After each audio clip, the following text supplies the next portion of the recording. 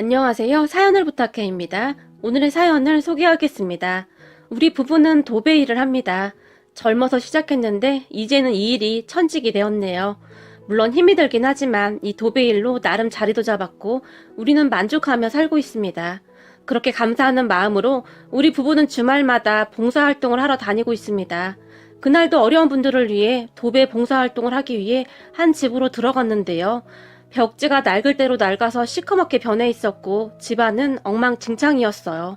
하지만 우리가 온다는 소식을 미리 들었던지 집주인이 먼저 인사를 건넸는데 그 순간 어디에서 많이 본 듯한 얼굴인데 하는 생각이 들었지만 아무리 생각을 해도 선뜻 기억이 나지 않았어요.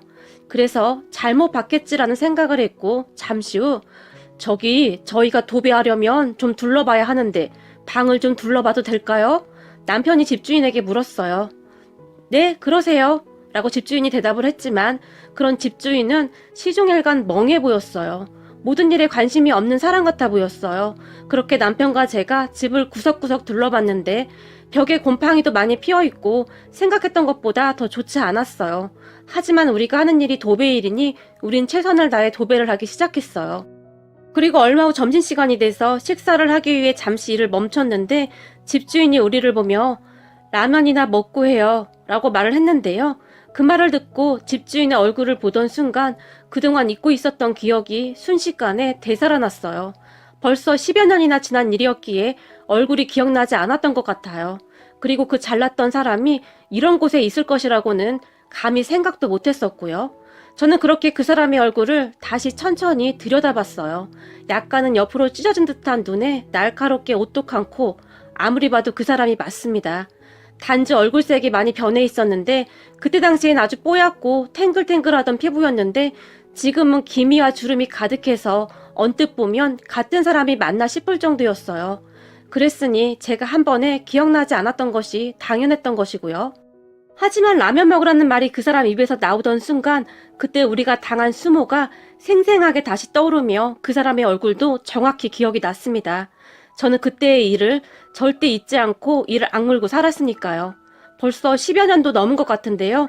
그때 우리 남편은 다른 사람을 따라다니면서 정말 열심히 일을 배우다가 혼자 일을 시작한 지 얼마 안 되었을 때였어요. 어느 날 집에 돌아온 남편이 여보, 나 내일 큰 건 하나 잡았어. 저 밑에 큰 부잣집에서 도배를 새로 한다고 하는데 나한테 도배를 맡겼어. 이게 꿈인지 생시인지 모르겠어. 나보다 잘하는 사람도 많은데 어떻게 알고 나를 찾아온 건지 꼭 나한테 해달라고 하네? 라며 신이 나서 말을 했어요. 그런 남편을 보며 어머 잘됐다 여보 정말 잘됐다. 드디어 우리 남편 기술이 인정을 받는 날이 왔네. 좋아서 저도 모르게 소리를 지를 정도였어요. 지금 생각해보면 둘 다 참 순진했던 것 같네요. 어찌되었든 그날 남편과 저는 그저 기쁜 나머지 오랜만에 치킨에 한 잔 마실 정도였어요. 그리고 얼마 후 그 부잣집에 도배를 하러 가던 날 여보 오늘은 나도 가서 도울게. 옆에서 당신 심부름이라도 도와주면 당신이 좀 수월할 거 아니야. 제가 말을 했고 아니야 당신은 그냥 집에 있어. 뭘 그렇게까지 하려고 해. 남편이 말렸지만 아니야 나도 갈래. 내가 가서 열심히 도울게. 라며 억지로 남편을 따라 나섰어요. 우리는 그렇게 그 부잣집으로 들어갔고 안녕하세요. 오늘 도배하러 온 사람입니다.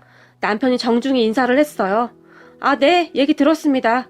부잣집 여자가 짧게 대답을 하고는 우리에게 도배할 곳을 알려주고는 바로 가버렸어요.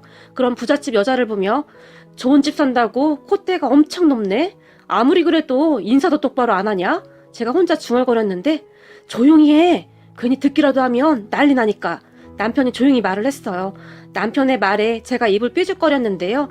우리는 그렇게 한동안 열심히 도배를 하고 있었는데 잠시 후에 부잣집 여자가 다시 오더니 밥은 어떻게 하죠? 라고 물었어요. 그 말에 남편은 밥은 걱정 안 하셔도 됩니다. 저희가 알아서 하겠습니다. 라고 대답을 했는데 라면이나 먹고 해요. 부잣집 여자가 쌀쌀맞게 말을 했어요. 아니 저희는 괜찮은데? 라고 다시 조용히 말을 했지만 이미 다 끓였어요. 부잣집 여자는 우리가 하는 말을 아예 무시한 채 말을 하고는 그냥 가버렸어요. 그렇게 우리가 쭈뼛쭈뼛거리며 거실 쪽으로 나왔는데요. 거실 한편에 라면 두 그릇과 김치가 덜렁 놓여 있었어요. 지금까지 남편이 도배 일을 하면서 점심을 챙겨준다거나 그런 적은 거의 없었다는데 우리가 몇 번을 정중히 거절했음에도 불구하고 떡하니 라면을 차려줬는데 왠지 모르게 기분이 좋지만 않았어요. 도배라는 일이 참 힘든 일이거든요. 그래서 저는 남편 음식은 항상 신경을 쓰는 편입니다. 그날도 중간에 잠시 근처 식당에 가서 제육볶음이라도 사주려고 했었는데 부잣집 여자는 우리의 말을 들어볼 생각도 없이 라면을 먹으라고 강요를 했으니까요. 그리고 잠시 후에 우리는 그곳에서 충격적인 장면을 보고 들었습니다. 우리가 조그만 상에 쭈그리고 앉아 있었는데 식탁도 아닌 그 거실 한 구석에 밥상을 차려놓은 것이 조금 이상했어요. 그렇게 우리는 약간은 어정쩡한 자세로 라면을 먹고 있었고 잠시 후에 누군가가 방에서 나왔는데요. 그 집 아들이었어요. 우리 아들과 키가 비슷한 것을 보니 우리 아들 또래구나 싶었어요. 그런데 아들이 나오자 부잣집 여자가 아들 배고프지? 밥 먹자. 라며 아들을 데리고 주방으로 들어가서 식탁에 앉혔는데요. 얼핏 보니 식탁에 맛있는 음식이 가득해 보였어요. 그런 음식들을 보니 우리가 더 초라해질 수밖에 없었는데요. 정말 비참했다고 해도 과언이 아니었어요. 그런 우리를 그 집 아들이 힐끗 바라봤는데 넌 신경 쓰지 마. 오늘 도배해주러 온 사람들이야. 부잣집 여자가 아들에게 말을 했어요. 그리고 두 모자가 식탁에 나란히 앉아서 식사를 하는 듯 했는데요. 아들, 너 공부 안 하면 어떻게 되는지 알겠지? 자, 봐라. 우리는 식탁에서 이렇게 맛있는 음식을 먹지 않니? 부잣집 여자가 아들에게 말을 했고, 아참, 그리고 니네 반 친구 부모님이라고 하더라. 라는 말도 잊지 않았어요. 그리고 그 여자 아들이 우리를 힐끔 쳐다봤는데, 그 순간 저와 눈이 마주쳤는데, 저는 지금도 그 눈빛이 잊혀지지가 않네요. 순수함이라고는 찾아볼 수도 없는 메마른 듯한 그런 눈빛 말이죠. 엄청난 수치심에 저도 모르게 주먹을 불끈 쥐었는데 우리 남편이 그런 제 손을 꼭 잡으며 머리를 가로저었어요. 그런 남편의 행동에 순간 눈앞이 뿌옇게 변했는데요. 남편은 그 사람들의 행동에 어떠한 반응도 보이지 않았고 그저 묵묵히 라면을 씹어서 넘기고 있었거든요. 그동안 남편은 그 힘든 도배 일을 하면서 얼마나 많은 고충을 겪었을까요? 하지만 가장이라는 무게 앞에서 감히 어떠한 저항도 하지 못한 채 오로지 가족을 위해 버티고 또 버텨냈겠죠. 그런 남편에게 미안하기도 하고 감사한 마음이 들었어요. 그리고 잠시 후 도배가 끝났는데요. 도배 솜씨가 별로 좋지도 않네요. 그렇게 해서 밥 벌어 먹겠어요? 요즘 도배하는 사람들 널렸던데. 잘 하지도 못했는데 오늘 도배값 적당히 계산하죠. 라며 남편에게 말을 했고 그런 여자를 보며 어디가 잘못된 건지 말씀해 주시면 다시 해드릴게요. 제가 큰 소리로 말을 했어요. 하지만 이렇게 나오시면 곤란한데? 우리 남편이 무슨 일 하시는지 다 아시죠? 우리가 소문 한번 잘못 내면 거기 도배일 못하게 될 수도 있을 텐데요. 팔짱을 낀 여자가 남편과 저를 번갈아 가면서 바라봤어요. 아이고 사모님 죄송합니다. 우리 집사람이 아직 경험이 없어서 큰 실수를 했네요. 그럼요. 저희가 잘못한 부분이 있으시다니 사모님이 적당한 선에서 주시죠. 남편은 여자의 비위를 맞추느라 여념이 없어 보였어요. 그리고 여자가 정말 터무니없는 가격을 불렀지만 남편은 예, 알겠습니다. 오늘 라면도 정말 잘 먹었습니다. 라며 그 여자가 내민 돈을 급히 받은 다음 저를 끌고 그곳을 나왔어요. 밖으로 끌려 나온 제가 여보, 우리가 뭘 잘못했어? 내가 보기엔 아무 이상도 없는데. 흥분한 채 말을 했지만 이 사람아, 세상 사는 게 그렇게 만만한 게 아니야. 저 사람들한테 괜히 잘못 보이면 우리 진짜 일하기 힘들어. 그냥 좋게 생각해. 남편은 정말 아무렇지도 않아 보였는데요. 돈도 많은 사람들이 와 어쩜 저렇게 못돼 처먹었을까? 저는 그런 남편과 달라서 쉽게 분이 풀리지가 않았어요. 그런 저를 차에 태우고 차 시동을 걸던 남편이 누가 그러더라. 남의 눈에 눈물 나게 하면 내 눈에는 피눈물 난다고. 나는 그 말이 맞을 거라고 생각해. 그러니까 당신도 그냥 그렇게 생각하고 말아. 이 일 하려면 간도 쓸개도 다 빼놓고 해야 해. 어쩌겠니? 먹고 살아야 하는데. 그러니까 오늘 따라오지 말라니까. 괜히 따라와서 당신 기분만 상했잖아. 미안해. 그 대신 내가 오늘 당신 좋아하는 삼겹살 사줄게. 우리 오랜만에 외식하자. 그래도 당신이 오늘 옆에서 도와줘서 정말 수월했어. 혼자 있으면 진짜 힘들 뻔했는데. 고마워 여보.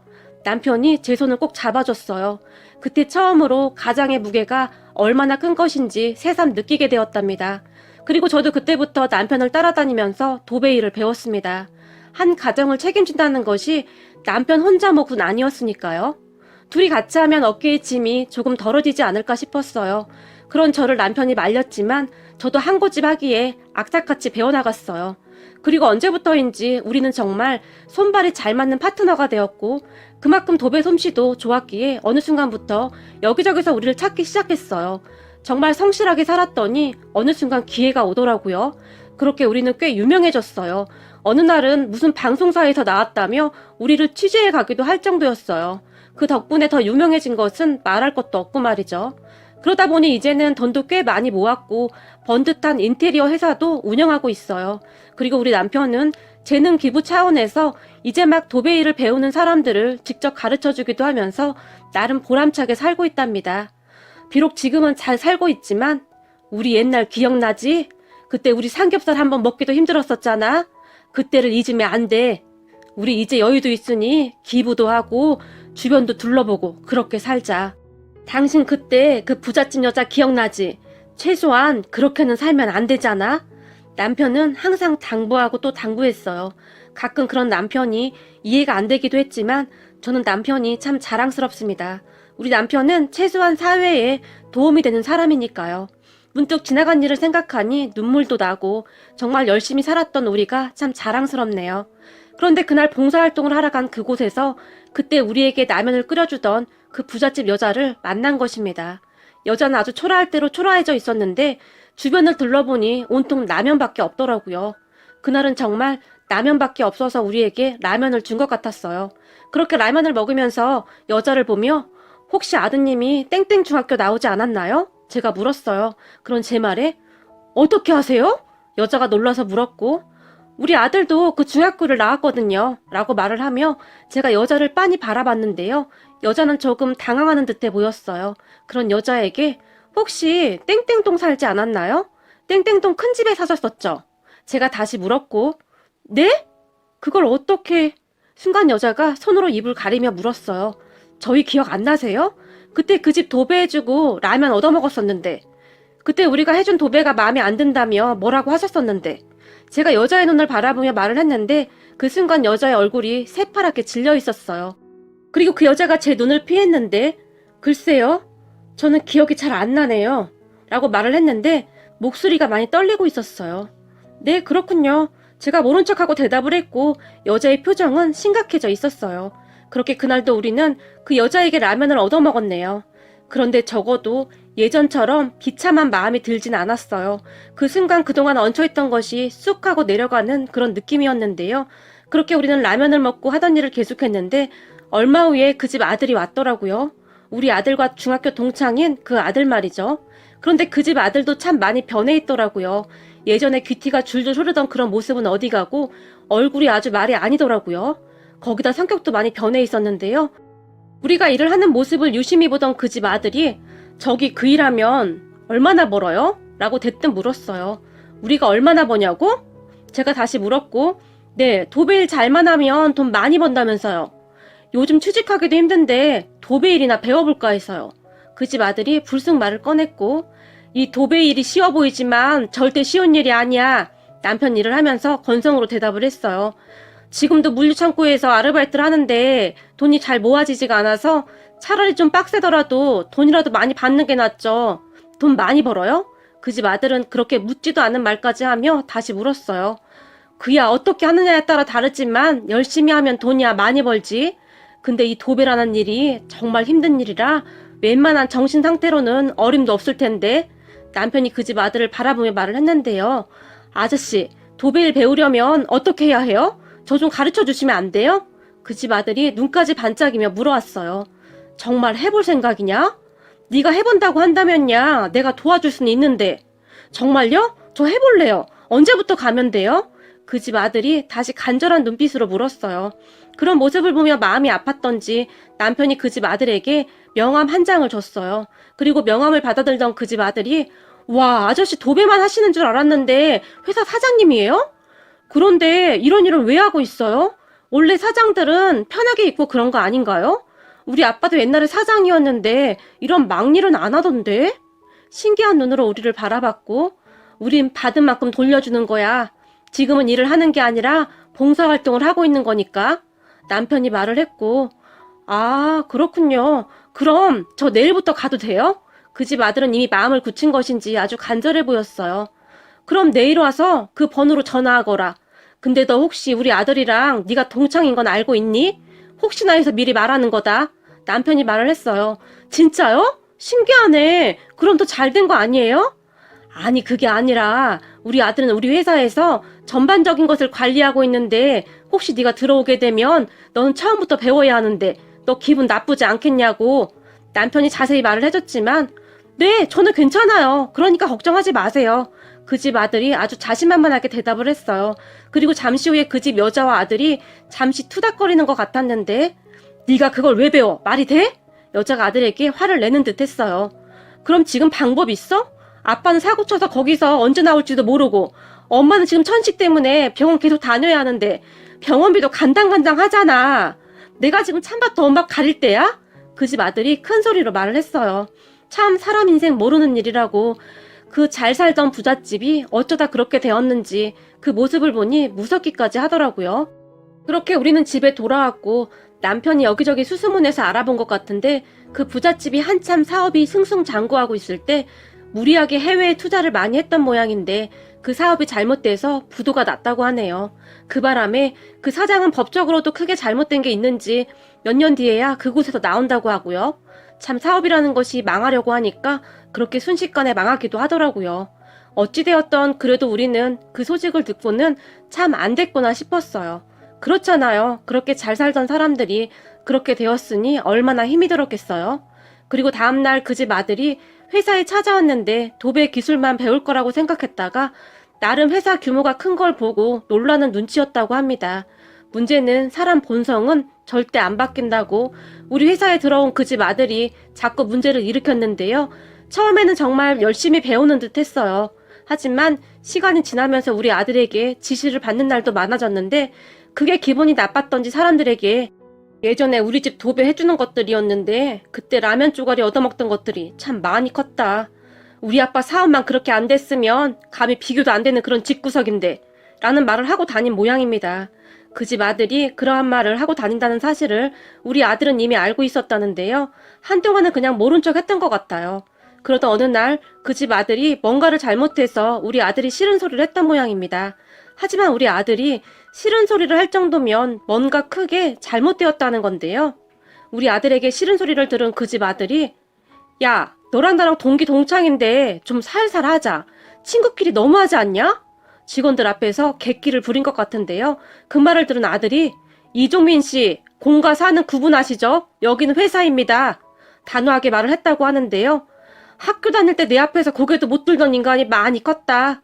옛날 생각나게 내 친구들 다 부를까? 그때로 한번 돌아가봐?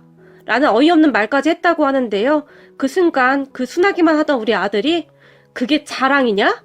나는 평생 잊혀지지가 않아. 그때 우리 아빠가 니네 집 도배해주고 온 다음날 네가 우리 반 친구들한테 야, 쟤네 아빠 어제 우리 집에서 도배하다가 쭈그려 앉아서 라면 먹는데 겁나 웃겼어. 너도 나중에 너네 아빠한테 도배나 배워라. 네가 그랬잖아, 이 한심한 인간아. 라며 내쫓아버린 듯 한데요. 그날 집에 들어온 아들이 남편과 저에게 그동안 있었던 일을 다 말했고 아들의 말을 듣던 남편의 얼굴이 굳어졌는데요. 다음날 남편이 그 집 아들을 불러서는 내일부터 나오지 말게. 들어보니 우리 아들이 틀린 말 한 것도 아니고 자네가 잘못한 걸 말해준 건데 상사가 그런 말도 못하는 건가? 여기는 학교가 아니고 회사네. 내가 생각이 짧았구먼. 처음부터 내키지 않았는데 사는 형편이 안타까워 도와주려고 그랬던 건데 사람 고쳐 쓰는 게 아니라더니 그 인성은 어디 안 가는구만. 남편이 차갑게 말을 하고는 돌아섰는데요. 그러던 어느 날 깜짝 놀랄 만한 일이 일어났는데요. 그 집 엄마가 저를 찾아왔어요. 검은색 봉투에 사과까지 사서 들고 왔더라고요. 저기 죄송한데 우리 아들 다시 다니게 해주시면 안 될까요? 거기 회사 다니면서 우리 형편이 조금 나아졌었는데 요즘 살기가 너무 힘드네요. 우리 아들도 엄청 후회하고 있습니다. 지금 여기저기 일자리를 알아보는데 여간 힘든 게 아닌가 봐요. 라고 말을 했는데 사는 게 힘든 것인지 울먹울먹 하더라고요. 하지만 제가 어떻게 할 수 있는 부분도 아니었기에 죄송합니다. 우리 남편이 하는 거라 제가 어떻게 해드릴 수가 없네요. 제가 이래라 저래라 할 수 있는 게 아니라서요. 제가 정중하게 말을 했지만 제 말에 그 여자가 갑자기 털썩 주저앉더니 무릎까지 꿇으며 제발 부탁 좀 드릴게요. 제가 지금 천식도 있어서 지금까지 우리 아들이 엄청 고생했었는데 여기 회사 다니고부터는 정말 좋았었거든요. 우리 아들이 실수한 부분은 제가 이렇게 사과드릴게요. 우리 아들도 와서 다시 사과드리겠다고 하는데 제발 좀 부탁드리겠습니다. 라며 눈물까지 흘리며 사과를 했어요. 그런 여자를 제가 일으켜 세우려고 했지만 제발 한 번만 살려주세요. 라고 빌어댔어요. 그런 여자를 일으켜 세워서 남편에게 말해보겠다고 달래서 보냈는데요. 그동안 우리 남편이 그 집 아들이 엄마 모시고 힘들게 산다며 이것저것 많이 챙겨줬었는데 요즘 세상에 그렇게 챙겨주는 사람이 어디 있겠습니까? 그랬으니 시간이 지나면 지날수록 정말 아쉬웠겠죠. 하지만 남편과 아들은 마음이 확고한 것인지 별 반응도 없었어요. 사람이 어쩌면 그렇게 어리석을 수가 있는지 정말 안타깝기만 하네요. 도움을 주면 감사한 마음은 아닐지언정 미안한 마음으로 살아야 하는데 왜 그 마음을 모르는 것일까요? 그리고 얼마 뒤에는 그 집 아들이 혼자 우리 집에 찾아왔는데 사장님, 제가 정말 어리석었습니다. 지금 우리 엄마 건강도 많이 안 좋으시고 어떻게 해야 할지 모르겠습니다. 한 번만 기회를 더 주시면 정말 열심히 하겠습니다. 동현아, 그때 너무 미안했다. 우리 집은 그렇게 됐는데 너는 잘 사는 것 같아서 내가 잠깐 제정신이 아니었던 것 같다. 사람은 고쳐 쓰는 게 아니라고 했지만 이번 일로 나 참 느끼는 게 많았어. 세상을 어떻게 살아가야 되는지도 많이 배웠다. 이건 진심이야. 그리고 학교 다닐 때 너한테 못되게 군 것도 진심으로 사과할게. 라며 한동안 무릎을 꿇고 일어나지 않았어요. 그 모습에 남편이 그 집 아들을 일으켜 세웠고 잠시 후 그 집 아들이 목 놓아 울어버렸어요. 그런 모습을 보며 남편과 아들도 당황하는 듯 했고 그렇게 얼마 뒤 그 집 아들이 머리를 푹 숙인 채 돌아갔는데요. 남편은 어떻게 해야 할지 고민하는 것 같았어요. 문득 얼마 전 그 여자가 가지고 온 까만 비닐봉지 안에 사과가 떠올랐는데요. 그 옛날 그 집 거실에서 남편과 라면을 먹으며 당했던 수모가 다시 떠올라서 저도 모르게 인상이 찌푸려지네요. 이번 일을 겪으면서 남편은 봉사활동과 기부 등을 더 많이 하고 있는데요. 남편은 부디 있는 사람들이 조금 더 베푸는 세상이 되었으면 좋겠다는 말을 수시로 한답니다. 비록 저희가 재벌은 아니지만 항상 주변을 돌아보며 살아가도록 노력하겠습니다. 오늘의 사연은 여기까지였습니다. 즐겁게 보셨다면 구독, 좋아요 부탁드립니다. 고맙습니다.